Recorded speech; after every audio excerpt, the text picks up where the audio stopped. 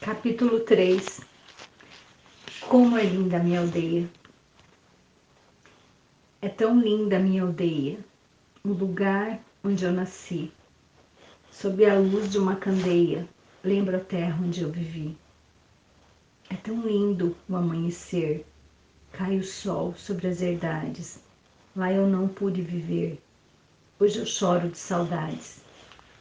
A hora da Ave Maria, quando os sinos vão tocando, é chegado o fim do dia, nossa gente vai rezando. Nesta hora de alegria, logo se prepara a ceia. A hora da Ave Maria, é tão linda a minha aldeia.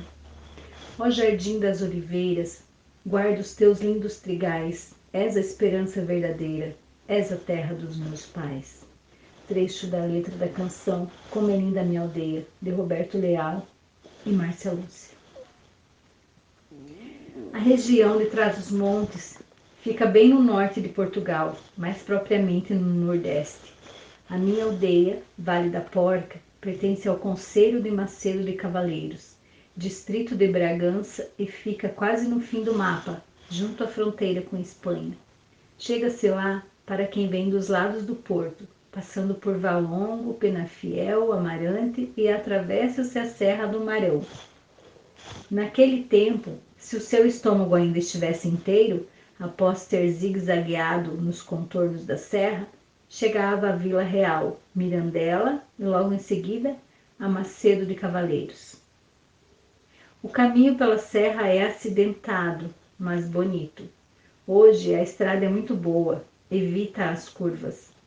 Mas naquele tempo íamos pendurados naquelas alturas, arriscando-nos a encontrar nevasca a meio do inverno e até meados de março. Avistam-se regatos e corrideiras por entre as pedras lá embaixo, no fundo dos penhascos e ravinas.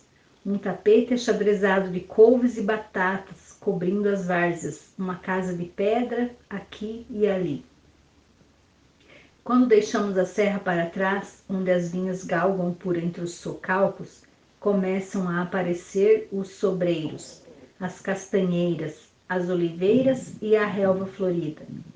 Penso que se diz que Portugal é um jardim à beira-mar plantado, por causa desta sua relva florida.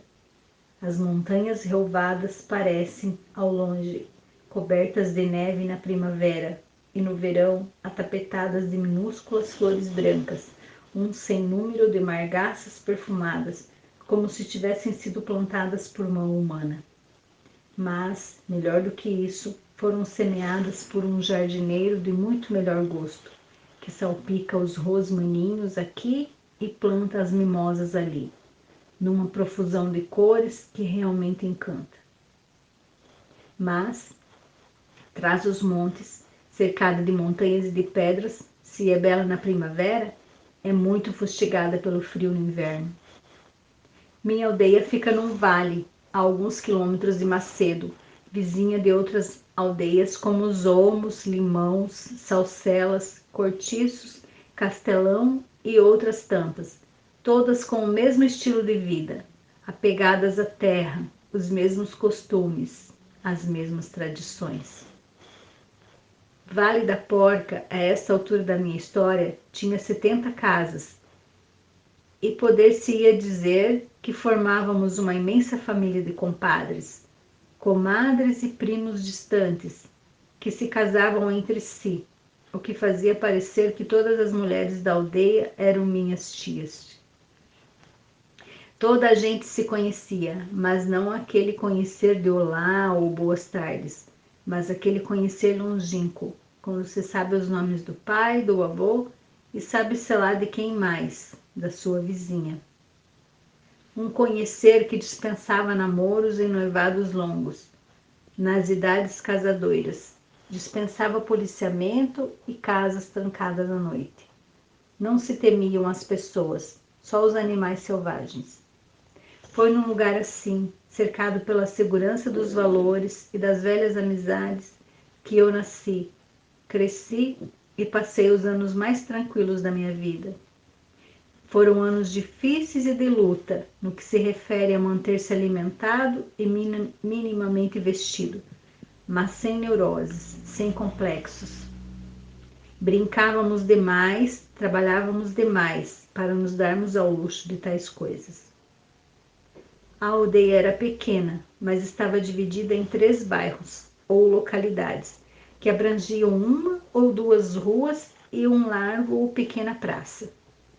Quando eu digo ruas, é preciso perceber que na aldeias muitas ruas não passam de canelhos, tortos, sem calçada. As casas dispostas conforme a facilidade do terreno, não obedecendo a um alinhamento severo. Havia canelhos, aliás, sem alinhamento nenhum. Não dava para passar nem carro de boi, apenas os rebanhos soltos. De qualquer forma, havia o outeiro, uma zona um pouco mais alta da povoação, onde moravam algumas famílias mais ricas. Era onde ficava a casa do senhor doutor, o senhor Moraes, que era o que possuía a maior lavoura, e o meu tio e padrinho José Patrício, que era o mais abastado da família. Era o que tinha melhor espírito de negociante e transformara alguma herança da minha avó em boas terras e um bom comércio de vinho. No outeiro ficava também a quinta do senhor Moraes, uma das maiores da aldeia e que dava frente para o tanque da praça. O tanque abastecia de água as casas dos arredores, pois ninguém se ocupava de fazer um poço, e ainda servia para dar de beber aos animais.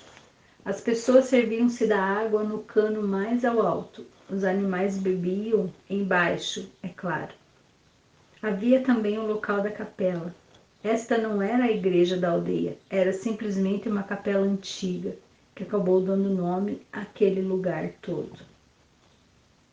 Na capela ficavam as casas dos caseiros da Mirandesa, que era assim que chamávamos a proprietária das terras da família Miranda. A sua quinta ia desde a capela até as eiras, longínquas, onde malhávamos o pão. Eu nunca perdi o hábito de chamar pão ao trigo. A mirandesa era muito chique. Poucas vezes vinha à aldeia, pois tinha casa em muitas cidades grandes, não parava em lugar nenhum. Na capela morava também meu tio José Manuel e minha tia Aninha, irmã de minha mãe. A tia Aninha era uma senhora formidável, de muita personalidade, que tinha uma história que a nossa família não se cansava de contar. Ela casara-se com o marido de outra irmã de minha mãe, que havia morrido. Quando tia Aninhas viu o cunhado às voltas com os meus primos, Zé Rodrigues e João, pequeninos, casou-se com ele e criou os sobrinhos como se fossem seus próprios filhos. Por último, havia a praça, de quem saía da praça e seguia pelo Canelho em direção ao fim do povoado, vinha primeiro à casa do meu avô, que morava junto com os meus tios, Manuel, irmão de minha mãe, e sua esposa, tia Ana Maria. Depois era a casa do senhor Padre Antônio, que foi uma cruz para mim, pois tinha um cão um bocado mau. Eu sempre pensei que as pessoas tinham cães para guardar o gado. Como o senhor Padre Antônio não tinha gado, eu não conseguia entender o porquê da sua existência. Acho que ele só tinha cão para ficar ladrando para as pessoas. Não era raro, depois que escurecia, ver meu pai e meus irmãos mais velhos subirem o canelho com um pau na mão. Passamos por ali tantos anos e o cão era tão mau que nunca aprendeu a reconhecer ninguém. Ladrava para todos, do mesmo jeito. Exibia-se, talvez, por ser o cão do padre. Tínhamos de respeitá-lo. Depois da casa do senhor padre, vinha a nossa, e virando a rua, dando fundos com as casas do avô, do senhor padre e da nossa, vinham as casas do Adelino, o Linoco, meu inseparável vizinho e amigo, a casa da dona Laura, que dava fundos com a nossa, e a casa da dona Rita. Ah, a tia Rita, para quem fiz muitas músicas mais tarde. Era uma velhinha encantadora pela sua alegria.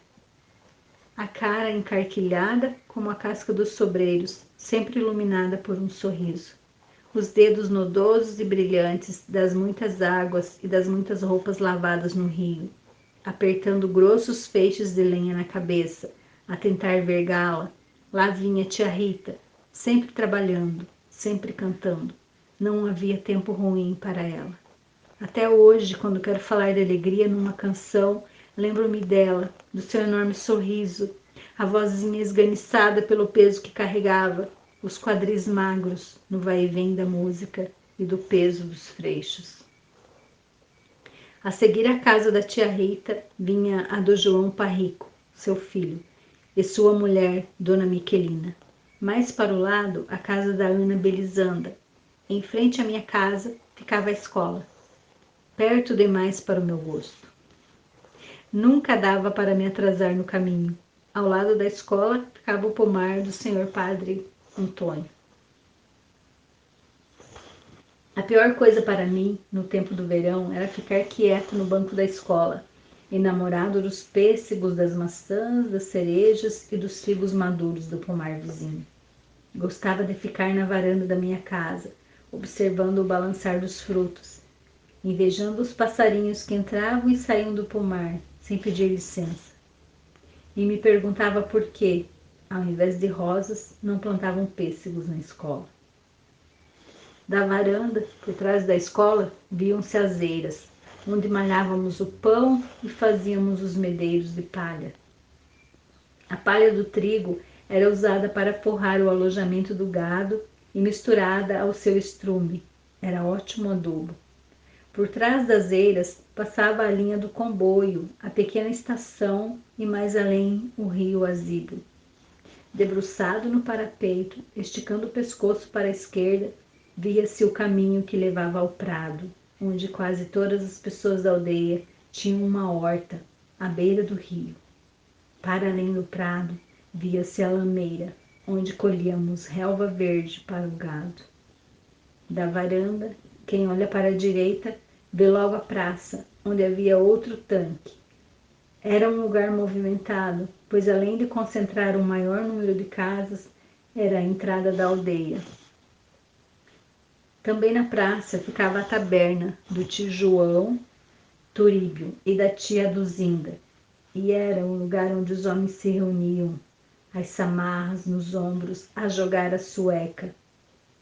Depois da praça vinha a saída do povoado para Macedo e os lameiros da erva, onde se colhiam quantidades bem maiores de relva para o gado.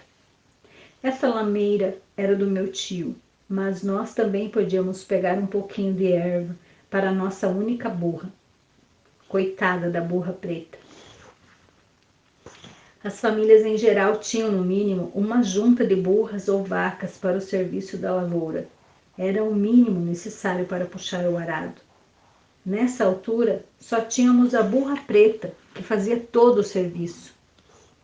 Quando ela às vezes se impertigava e se fazia de rogada, exigindo um par para fazer o trabalho, nosso avô nos cedia sua burra russa. E a burra russa era a burra escolhida a dedo para o meu avô, que já era velhinho. Era preguiçosa e lerda, como uma burra pode ser. E não se assustava com nada. Era a própria placidez e morosidade sobre patas.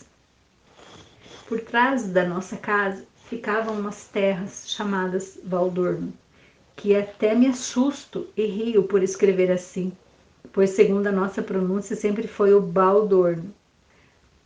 O Valdorno era uma porção de terra pequena, onde as pessoas tinham uma acanhada horta de emergência, pois era mais próxima, mesmo nos fundos das nossas casas. As hortas do prado eram maiores, mas eram distantes, e se uma senhora precisava, às 4 da tarde, de umas couvinhas para o caldo verde do jantar, num minuto ia e vinha do Valdorno, com as couves na mão.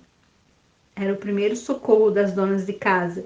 Cada família da aldeia tinha lá uma leirinha de batatas, 2 sulcos de cebolas, 2 de tomates e 2 de alfaces e couves. Era pouco, mas dava bem para as emergências diárias. A nossa família não possuía terras. A pouca que meu pai tivera ficava nos olmos, onde ele nascera e vivera. Ao casar-se com minha mãe, deveria fazer uso das terras do meu avô, que as possuía em grande quantidade. Mas, como o casamento não tinha sido muito do agrado do pai da minha mãe, usávamos a sua terra com alguma reserva. Mas usávamos, e enquanto ele viveu, matamos a fome e a burra preta no seu lameiro e usamos as suas leiras de batatas no Valdorno, assim como a sua burra russa. A única terrinha que era realmente nossa era a do Vale Castanho, que fica onde está hoje a enorme barragem do Azíbal, cuja construção foi um susto para as gentes de Vale da Porca. Mãe, mãe! Dentro do caixote de madeira, minha mãe deixara-me sentado, enquanto colhia batatas. Tinha eu entre 2 e os 3 anos. Mãe, mãe!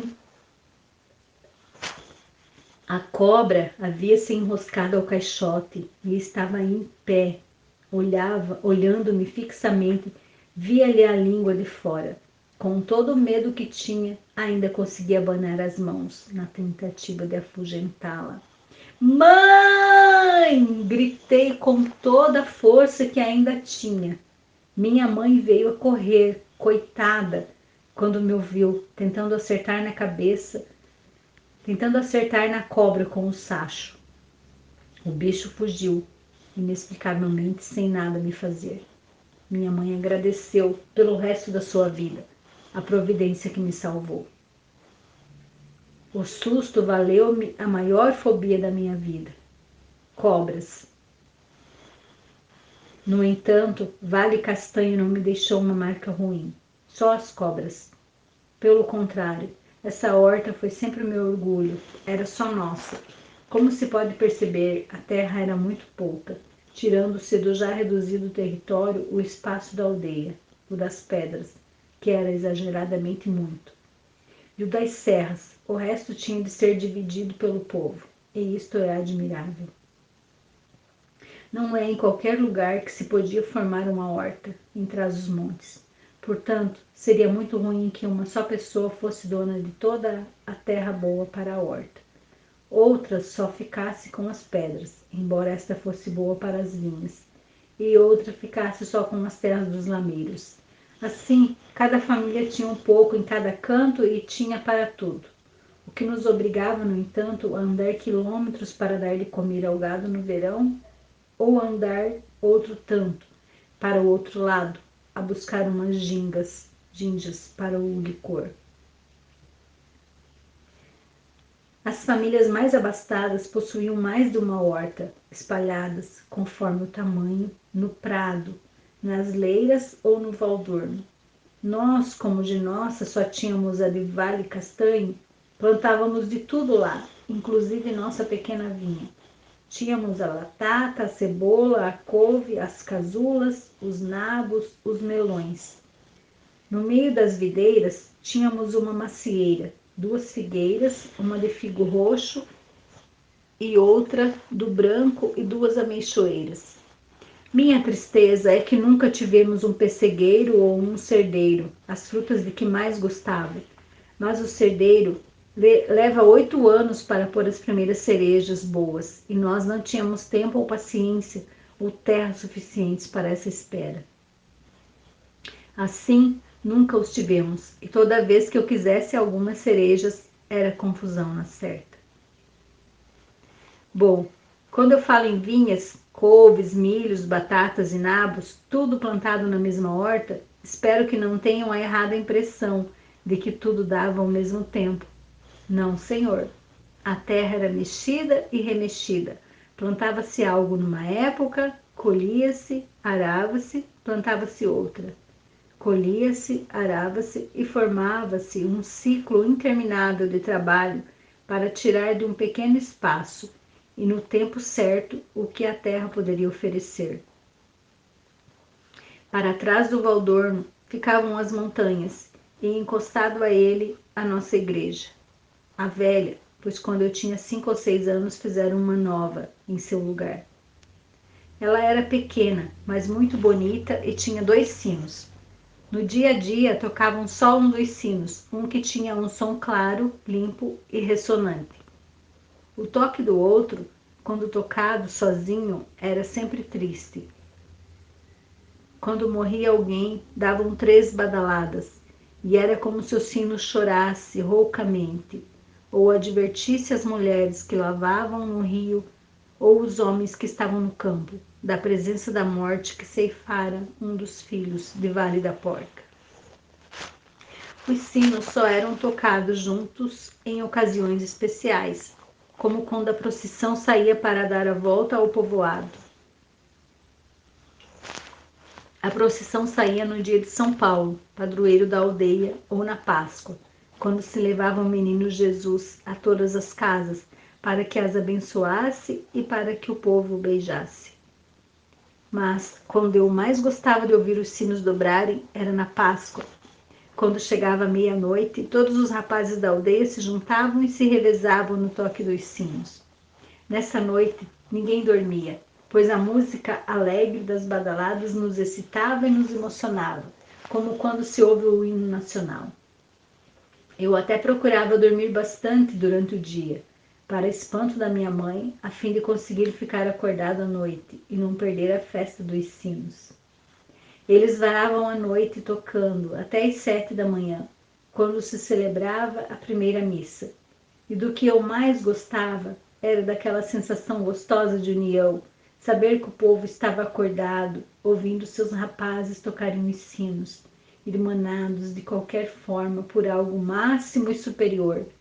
As singelas badaladas transformadas em hinos que os deixavam com o mesmo pensamento de ternura, alegria, fé e fraternidade. Para mim, era a noite mais feliz do ano. Os sinos possuíam essa faculdade mágica de unir todas as pessoas. Tanto mexiam com o senhor Moraes, como com o tio João Turíbio, ou o Linoco, ou com o senhor Doutor e a tia Rita. O sino tocava também todos os dias, a hora da Ave Maria. Era o toque de recolher de todas as crianças, estivessem onde estivessem. Os homens paravam no campo, as mulheres largavam seus potes, e ao primeiro toque a família corria a juntar-se em casa para rezarem juntos. Perto das 6 já procurávamos ir brincar junto à casa para podermos chegar à hora.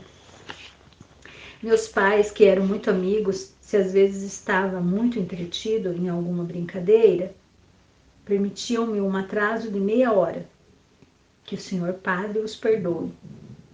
A igreja, portanto, através do seu porta-voz, o sino, ajudava a unir a aldeia, a sedimentar seus costumes e horários.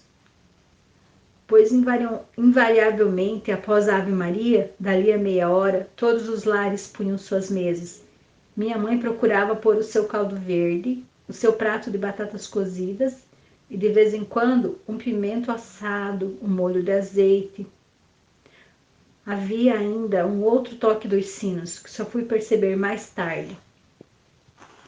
Era quando, por algum motivo extraordinário, precisavam reunir todo o povo, numa emergência. Certa vez, muitos anos mais tarde, fui contratado para fazer um show em Macedo de Cavaleiros, exatamente no dia de Santo Ambrósio, em Vale da Porca. Soube depois que muita gente do povo ficou chateado comigo por não ter ido à festa de Santo Ambrósio. Achei que eles deviam uma explicação e aconselhei-me com pessoas de Vale da Porca sobre como haveria de reunir o povo para falar com todos de uma vez. É fácil, é só tocar o sino. Mas como as pessoas vão saber para que é o sino que está a tocar? Há um toque especial para isto. Podem não saber o motivo, mas ouvem e veem. E o sino chamou o povo.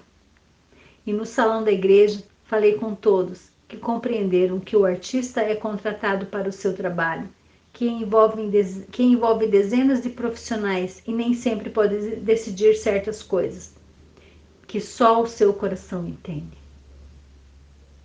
E não ficaria em paz se não estivesse em paz com todos na minha aldeia. Mesmo depois de tantos anos fora dali, tão longe dali. Isto chama-se respeito pelo povo de lá, por tudo que lá vivi.